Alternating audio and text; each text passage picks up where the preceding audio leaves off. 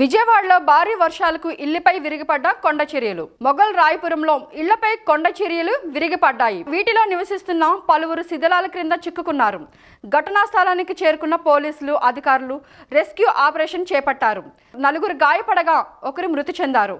మరో 2 కోసం రెస్క్యూ కొనసాగుతోంది.